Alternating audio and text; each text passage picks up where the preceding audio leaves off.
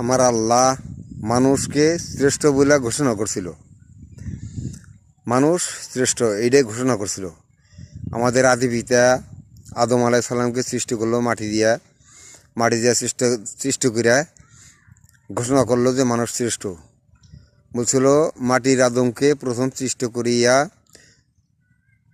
ঘোষণা করিয়া দিল শ্রেষ্ঠ বলিয়া। সেই মানুষ শ্রেষ্ঠ বলে ঘোষণা করছিল। মানুষ কি এখন শ্রেষ্ঠ আছে? না, মানুষ এখন শ্রেষ্ঠ নাই। মানুষ এখন নিকৃষ্ট হয়ে গেছে। মানুষ এখন নিকৃষ্ট হয়ে গেছে। কারণ আল্লাহর ফেরেশতারা সবসময় আল্লাহর ইবাদতে মগ্ন থাকে, আল্লাহর হুকুম অক্ষরে অক্ষরে পালন করে।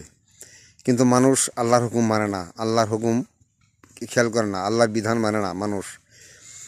তাই ফেরেশতারাই সর্বশ্রেষ্ঠ মানুষের চেয়ে এখন বর্তমানে। কিন্তু আল্লাহ ঘোষণা করছিল যে মানুষ শ্রেষ্ঠ নয়, মানুষ এখন নিকৃষ্ট হয়ে গেছে। মানুষ এখন ফেরেশতারাই সর্বশ্রেষ্ঠ। ফেরেশতারা আল্লাহর হুকুম অক্ষরে অক্ষরে পালন করে, আল্লাহর সব কথা শুনে। মানুষ আল্লাহর হুকুম মানে না, মানুষ আল্লাহর কোনো কথা শুনে না।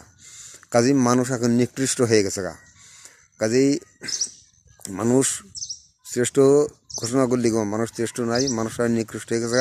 ফেরেশতাই সর্বশ্রেষ্ঠ এখন বর্তমানে। কাজেই মানুষ আল্লাহ ঘোষণা করলো, আল্লাহর ইবাদত করার জন্য বলছিল। মানুষ আল্লাহর ইবাদত করে না, মানুষ আল্লাহর হুকুম মানে না, মানুষ আল্লাহর কথাই শোনে না। কাজেই এখন মানুষ হয়ে গেছে এখন নিকৃষ্ট। মানুষ আর শ্রেষ্ঠ নয়, মানুষ এখন নিকৃষ্ট হয়ে গেছে এখন।